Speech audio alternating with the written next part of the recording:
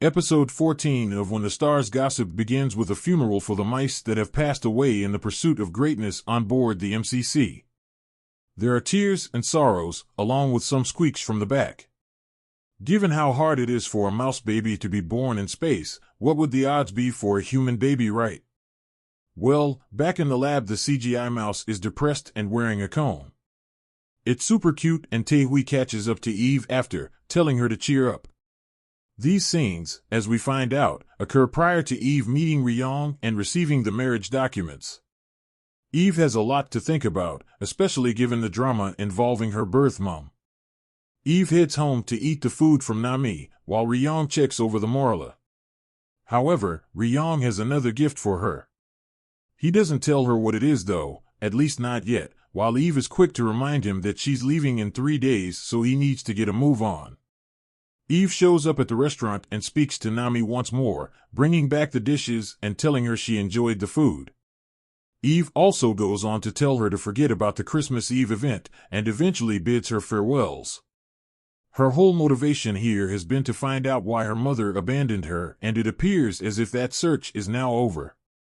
Meanwhile, the lottery gang head over to Kang-soo's place while he's wallowing and depressed. They hand over his spacesuit and try to get back in his good graces. Whether they're doing this for the lottery ticket or not, however, is up for debate. Elsewhere, at IOU Mission Control in Houston, they review everything recovered from the space shuttle. This includes Ryong's phone with the incriminating message on.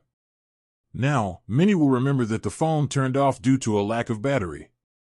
Anyway, the Americans check the translation and feed it back to Korea.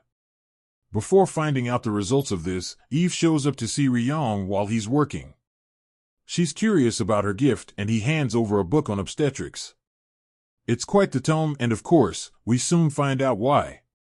Turns out this is the book which had the alcohol stashed inside. Ryong cheekily encourages her to share it among her comrades while up in space, but she rejects it, even going so far as to threaten a slap if he's not careful. As they head for lunch, Eve asks about the Morlas, in a roundabout way.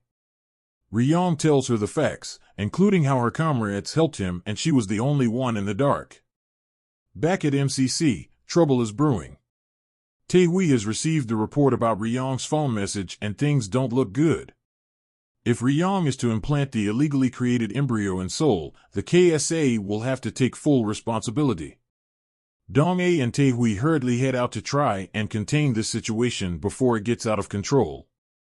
Everybody races over to the hospital, determined to find Ryong. Dong-ae notices Jae-ryong there and immediately confronts him, eventually leading to a standoff in the operating theater. Ryong talks his way out of this, claiming the one in space died and he created another on Earth when he came back. At the same time, Eve is questioned alone by Tae-hui at MCC. With the operation a failure and everything hanging in the balance, the Morlas are brought back to the MCC. The workers there confirmed that this was definitely created in space. Without the microscope though, it leaves question marks for the authorities over how Ryong managed to do this. Ryong is questioned over all of this after Dong-ae smacks him across the face, but he's adamant that Eve has no part in this, nor did she have any idea over what was happening. Furthermore, he also keeps MZ Group's name out of this too, taking full responsibility and claiming he did this to try and win over the chairman's favor. He sticks with the story that he initially wanted to marry into the family, and this was his way of doing so. Eve is chewed out by Tae-hui before eventually conceding on seeing Ryong for 5 minutes. With everything on the line, Eve points out that she needs to protect the space agency and the integrity of Korean space travel, so she has no choice but to betray him. So when the Stars Gossip returns and out of all the unrealistic scenes in the show, the idea that Ryong's phone, which was shown to have low battery and switching off, is now back on the same draft note screen incriminating himself after having miraculously autosaved is perhaps a step too far. The show has done a really poor job with scenarios like this throughout, along with struggling to get a good balance in tone. Even when the show tries to be sentimental, it can't quite judge the right way of doing this.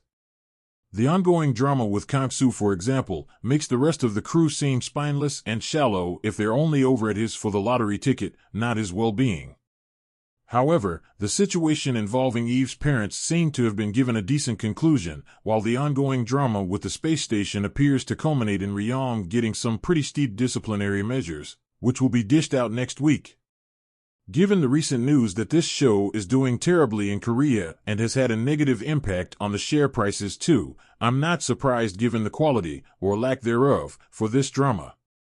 Hopefully next week can end things with a big bang, but that does seem very unlikely at this stage.